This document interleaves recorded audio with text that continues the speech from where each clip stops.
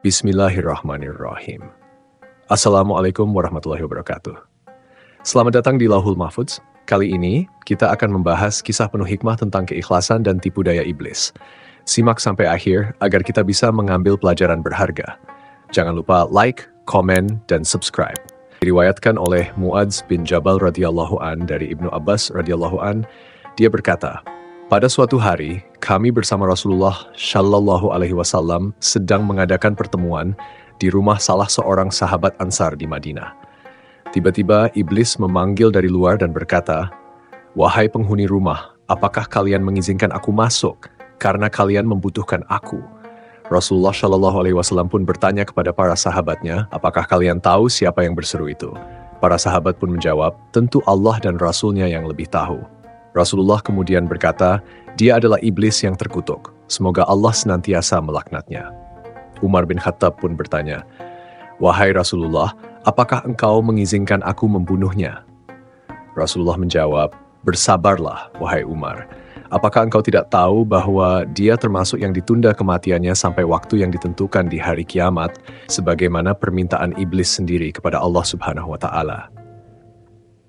Sebagaimana yang tercantum dalam Al-Quran, iblis berkata, "Beri tangguhlah saya sampai waktu mereka dibangkitkan." Dalam Quran Surat Al-A'raf ayat 14. Kemudian Allah Subhanahu wa Ta'ala mengabulkan permohonannya dengan jawaban yang terdapat pada ayat selanjutnya. "Sesungguhnya kamu termasuk mereka yang diberi tangguh hidup sampai hari kiamat." Dalam Quran Surat Al-A'raf ayat 15. Rasulullah Shallallahu Alaihi Wasallam melanjutkan perkataannya, "Wahai sahabat, silakan bukakan pintu untuknya, karena dia sedang diperintahkan oleh Allah Subhanahu wa Ta'ala. Perhatikan dan pahamilah apa yang dia ucapkan nanti, serta dengarkan apa yang akan dia sampaikan kepada kalian." Kemudian, pintu dibuka dan iblis pun masuk di tengah-tengah kami. Ternyata dia adalah seorang yang sudah tua bangka dan buta sebelah matanya. Dagunya berjanggut sebanyak 7 helai yang panjangnya seperti rambut kuda. Kedua kelopak matanya masih kukatani, memanjang terbelah ke atas tidak ke samping. Kepalanya seperti kepala gajah yang sangat besar.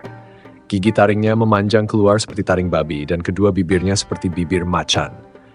Dalam Al-Quran digambarkan bahwa kepala setan seperti buah zakum, seperti kepala setan-setan. Dalam Quran Surat As-Saffat ayat 65. Iblis pun masuk dan berkata, "Assalamualaikum wahai jamaah." Rasulullah Shallallahu Alaihi Wasallam pun menjawabnya, "Assalamualaikum," yang artinya keselamatan hanya milik Allah Subhanahu wa Ta'ala. Rasulullah berkata, "Wahai makhluk terlaknat, aku mengetahui engkau punya keperluan terhadap kami. Apa keperluanmu itu, wahai iblis?" Iblis pun menjawab, "Wahai Muhammad, aku datang bukan karena keinginanku sendiri, tetapi aku datang karena ada yang memerintah dan memaksaku datang kemari." Rasulullah Shallallahu Alaihi Wasallam pun bertanya, "Apakah yang membuatmu terpaksa datang ke sini, wahai terlaknat?" Iblis menjawab, "Aku didatangi oleh malaikat utusan Tuhan yang Maha Agung dan dia berkata kepadaku, sesungguhnya Allah Subhanahu wa Ta'ala menyuruhmu untuk datang kepada Rasulullah dalam keadaan hina dan tunduk. Engkau harus memberitahu kepadanya tentang tipu muslihat, godaan, dan rekayasamu terhadap Bani Adam. Bagaimana engkau membujuk dan merayu mereka, engkau harus menjawab dengan jujur semua yang ditanyakan kepadamu." Allah Subhanahu wa Ta'ala berfirman, "Demi kemuliaan dan keagunganku, jika engkau berbohong sekali saja dan tidak berkata benar dalam memberikan jawaban kepada utusanku, niscaya aku, Allah Subhanahu wa Ta'ala, jadikan kamu setan yang hancur menjadi debu yang dihempas oleh angin. Dan aku, Allah Subhanahu wa Ta'ala, puaskan musuhmu, yaitu manusia, maka bencana yang menimpamu itu akan semakin dahsyat." Dengan ancaman itu, iblis takut dan berkata jujur. Kemudian mereka pun memulai dialognya. Iblis berkata, "Wahai Muhammad, sekarang aku datang kepadamu sebagaimana aku diperintahkan. Sekarang tanyakanlah kepadaku apa yang ingin kau tanyakan. Jika aku tidak memuaskanmu tentang apa yang kau tanyakan kepadaku, niscaya musuhku akan puas atas musibah yang akan menimpaku. Karena pasti aku akan menjadi debu. Tiada beban yang lebih berat bagiku daripada melihat para musuhku lega dengan apa yang menimpa diriku." Kemudian Rasulullah Shallallahu Alaihi Wasallam pun menjawabnya, "Baiklah, aku akan mulai pertanyaan kepadamu. Jika engkau benar-benar jujur, maka beritahukanlah kepadaku orang yang paling engkau benci." Iblis pun menjawab, "Anak muda yang bertakwa secara total, menyerahkan seluruh jiwa dan raganya kepada Allah Subhanahu wa Ta'ala." Rasulullah pun kemudian bertanya lagi, lalu siapa lagi? Iblis pun kembali menjawabnya, orang alim yang berilmu dan wara, menjaga diri dari syubhat serta orang yang penyabar. Rasulullah Shallallahu Alaihi Wasallam pun bertanya lagi, lalu siapa lagi? Iblis pun menjawab, orang yang terus-menerus dalam keadaan suci dan menjaga diri dari kotoran, yaitu orang yang selalu memperbaiki wudunya. Oleh karena itu, banyak ahli ibadah yang selalu dalam kondisi suci, yaitu mempunyai wudu walaupun tidak akan melakukan salat. Begitu juga orang yang selalu menjaga dan membersihkan hatinya dari sifat su'udzon, rendah hati, dengki, dan sebagainya. Kemudian orang yang menghilangkan penyakit hatinya.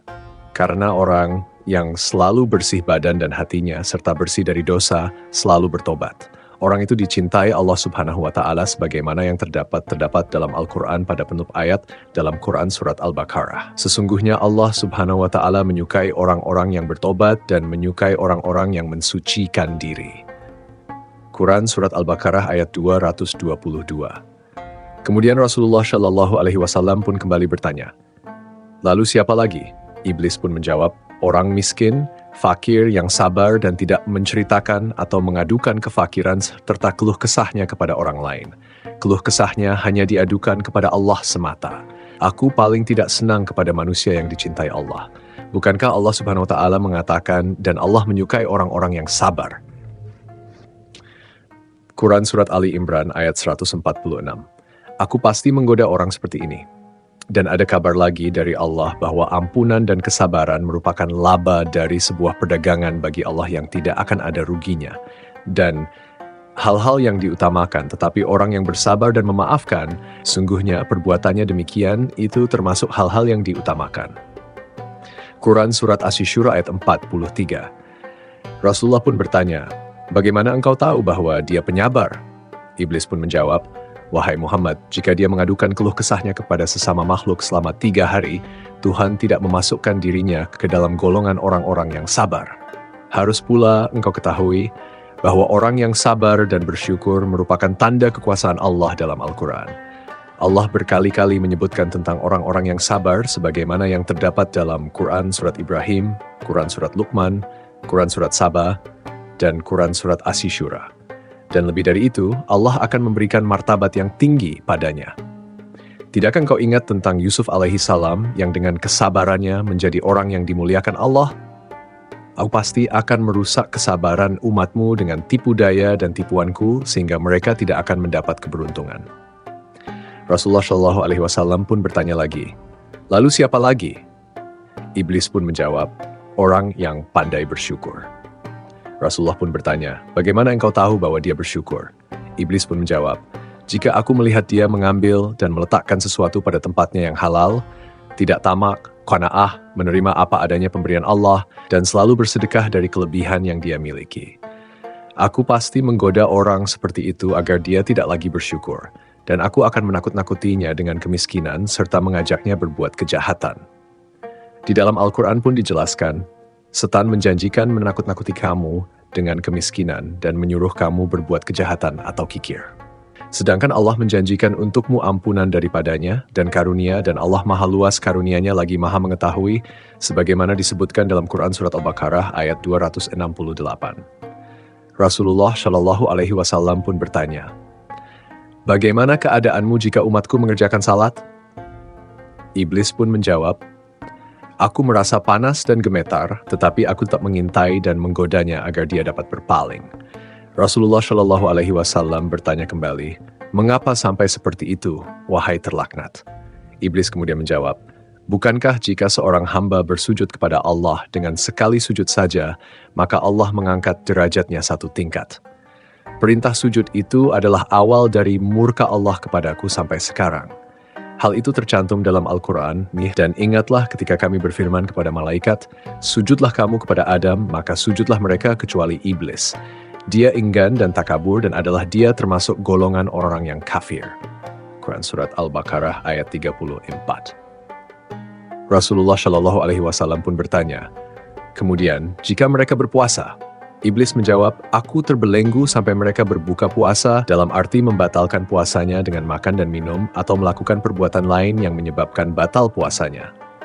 Iblis kemudian kembali berkata, Aku pun menjadi gila karena tidak tahu dari mana lagi aku akan memasukkan tipu daya.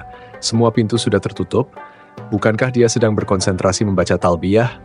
Tetapi aku tetap mengintainya agar dia bisa takabur dalam beribadah. Rasulullah Shallallahu Alaihi Wasallam pun bertanya, jika mereka membaca Al-Quran? Iblis menjawab, aduh, aku meleleh seperti timah meleleh di atas api. Rasulullah Shallallahu Alaihi Wasallam kembali bertanya, lantas, jika mereka berzakat? Iblis menjawab, seakan-akan orang-orang yang berzakat itu mengambil gergaji atau kapak dan memotongku menjadi dua. Rasulullah pun bertanya, mengapa begitu, wahai Abu Murrah? Iblis menjawab, bukankah 4 manfaat dalam zakat yang menjadikan orang yang melakukannya jauh dariku? Pertama, Tuhan menurunkan berkah atas hartanya. Kedua, menjadikan orang yang berzakat disenangi oleh makhluknya yang lain. Ketiga, menjadikan zakatnya sebagai penghalang atas dirinya dari api neraka. Keempat, dengan zakat Tuhan mencegah bencana dan petaka agar tidak menimpanya. Rasulullah Shallallahu Alaihi Wasallam pun bertanya, kapan engkau merasa mudah membujuk umatku? Iblis menjawab, pada 3 situasi. Pertama, sewaktu dia marah karena dia sendiri yang telah mengobarkan nafsunya. Kedua, di saat dia bingung menentukan pilihan, pada saat itu aku akan menyusup dengan cepat. Ketiga, sewaktu 2 orang laki-laki dan perempuan yang bukan mahram berduaan, aku menunggu sampai mereka melakukan sesuatu. Rasulullah Shallallahu Alaihi Wasallam kemudian bertanya lagi, apa pendapatmu tentang Umar? Iblis menjawab, demi Tuhan, aku takut bertemu dengan Umar karena ketegasannya dalam menyikapi perintah dan larangan syariatmu. Rasulullah pun bertanya lagi, apa pendapatmu tentang Utsman? Iblis menjawab, aku malu dengan orang yang para malaikat saja malu kepadanya. Rasulullah Shallallahu Alaihi Wasallam bertanya, apa pendapatmu tentang Ali bin Abi Thalib? Iblis menjawab, andai saja aku dapat selamat darinya dan tidak pernah bertemu dengannya, aku rela menukar kepalaku dengan kepalanya asalkan dia meninggalkanku. Tetapi dia sama sekali tidak pernah melakukan hal itu. Ali bin Abi Thalib ini terkenal cerdas dan aku benar-benar takut padanya. Kemudian Rasulullah Shallallahu Alaihi Wasallam pun berkata, segala puji hanya bagi Allah yang telah membahagiakan umatku dan menjadikan engkau menderita sampai hari kiamat. Iblis pun membantah, tidak mungkin. Bagaimana mungkin umatmu akan bahagia sementara aku masih hidup dan tidak mati sampai hari kiamat? Bagaimana umatmu senang sementara aku masuk dalam diri mereka melalui aliran darah daging, sedangkan mereka tidak melihatku? Demi Tuhan yang telah menciptakan aku dan memberi aku waktu untuk menunggu sampai hari mereka dibangkitkan, akan aku sesatkan mereka semua. Sobat, apakah kalian ingat Quran Surat Al-A'raf ayat 16 yang artinya, seperti mereka telah menyesatkanku, aku akan menghalangi mereka dari jalan Allah yang lurus. Lalu Iblis melanjutkan dengan mengatakan, aku akan datangi mereka dari semua jurusan, muka, belakang, kanan, kiri, dan orang yang bersyukur tidak dapat didatangi setan. Dalam Quran Surat Al-A'raf ayat 17, Allah Subhanahu wa Ta'ala berfirman, kemudian saya akan datangkan mereka dari muka, dari belakang mereka, dan engkau tidak akan mendapati kebanyakan mereka bersyukur atau bertaat. Dan siapa saja, tidak terkecuali, baik yang bodoh atau yang pandai, buta huruf atau tidak, kafir atau beriman, kecuali bagi para hamba yang mukhlis atau ikhlas, seperti yang tertulis dalam Al-Quran, kau yang mukhlis di antara mereka. Quran Surat Al-Hijr ayat 40. Iblis melanjutkan dialog ini dan berkata kepada Rasulullah, apakah engkau belum pernah mendengar cerita seorang abid, orang yang tekun beribadah dari Bani Israel yang gemar beribadah? Akulah yang menggelincirkannya dengan berbagai cara dan jurus. Abid itu sangat tekun ibadah, namun dia orang yang kekurangan harta, maka dia pasti menginginkan uang untuk kehidupannya. Lalu sang iblis pun bercerita, di ujung desa di mana Abid itu tinggal, terdapat sekelompok orang yang selalu menyembah pohon. Melihat keadaan itu, Abid tak mau tinggal diam. Dia ingin berdakwah dengan caranya sendiri. Lalu Abid itu mengambil kapak kesayangannya dan mendatangi pohon tempat ritual penyembahan tersebut dilaksanakan. Dengan semangat yang berapi-api, Abid pun berangkat dengan tergesa-gesa. Tetapi di tengah perjalanan, Abid bertemu dengan iblis yang kemudian membujuknya. Iblis pun berkata, apa perlunya engkau ke sana, Abid? Buang-buang waktu saja. Bukankah lebih baik engkau beribadah? Abid pun kemudian menjawab, aku mau menumbangkan kemusyrikan. Kalau pohon itu tidak ditumbangkan, maka banyak orang yang terus mendatanginya dan meminta sesuatu padanya, sehingga mereka tidak lagi menyembah dan meminta kepada Allah yang Maha Esa. Iblis pun menjawab, "Kalau engkau tumbangkan pohon itu, maka orang-orang itu pasti akan mencari pohon lain dan bisa disembah, dan engkau akan kewalahan mengikuti mereka. Biarkan saja mereka dan tetaplah engkau beribadah." Abid pun menjawab, "Tidak ada seorang pun yang dapat menghalangi keinginanku ini." Kemudian iblis pun kembali menjawabnya, "Sudahlah Abid, lebih baik engkau beribadah saja." Abid pun menjawab, "Bukankah yang akan aku kerjakan ini adalah bagian dari ibadah? Kalau engkau tetap menghalangiku, ayo sekarang kita bertarung, dan siapakah di antara kita yang menang?" Lalu keduanya pun bertarung, dan akhirnya pertarungan itu dimenangkan oleh sang Abid. Tubuh iblis diinjak oleh kaki Abid. Ketika Abid hendak mengayunkan kapaknya pada tubuh iblis yang telah diinjaknya, iblis pun meminta ampun dan berjanji tidak akan menghalangi dakwahnya, bahkan berjanji akan membantunya. Setelah Abid menerima maaf dari iblis, kemudian iblis dilepaskan dari injakan kakinya. Lalu iblis itu mulai merayunya kembali. Iblis pun berkata, "Jadi engkau ingin beribadah? Baiklah, aku akan membantumu. Engkau tidak pernah melakukan ibadah dengan bersedekah, bukan? Bukankah sedekah itu bagian dari ibadah?" Abid pun menjawabnya, "Ya, cepat, apa yang akan engkau lakukan untuk membantu saya?" Iblis pun menjawabnya, "Setiap bangun tidur, cobalah engkau lihat apa yang ada di bawah bantalmu. Engkau akan menemukan uang 1 dinar dan dengan uang itu engkau bisa menyedekahkan sebagai ibadah." Abid pun kembali menjawabnya, "Awas kalau kau bohong." Abid pun lalu tidur. Ketika bangun, dia tidak lupa mengangkat bantalnya untuk membuktikan perkataan sang iblis, dan benar di bawah bantal dia menemukan uang 1 dinar. Abid pun tersenyum gembira melihat kenyataan itu. Keesokan harinya, saat dia bangun tidur, Abid mengulangi kembali mengangkat bantalnya, dan dia kembali mendapati uang 1 dinar di bawah bantalnya.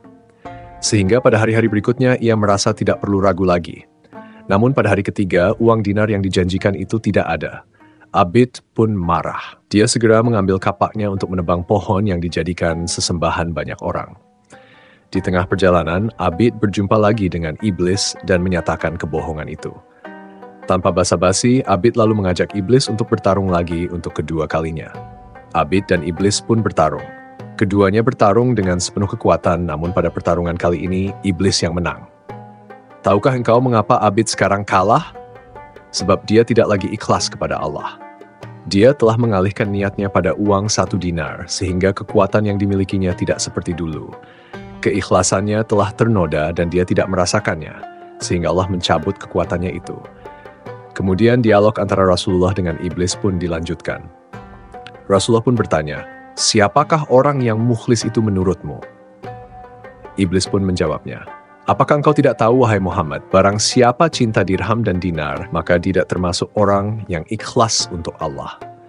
Jika aku melihat orang yang tidak suka dirham dan dinar, serta tidak suka puji dan pujian, maka aku tahu bahwa dia adalah orang yang ikhlas karena Allah. Oleh karena itu, aku tinggalkan dia. Sesungguhnya orang yang cinta harta, ujian, dan hatinya tergantung kepada nafsu atau syafaat dunia, dia lebih rakus dari orang yang aku jelaskan kepadamu. Tidakkah engkau tahu bahwa cinta harta termasuk salah satu dosa besar, wahai Muhammad?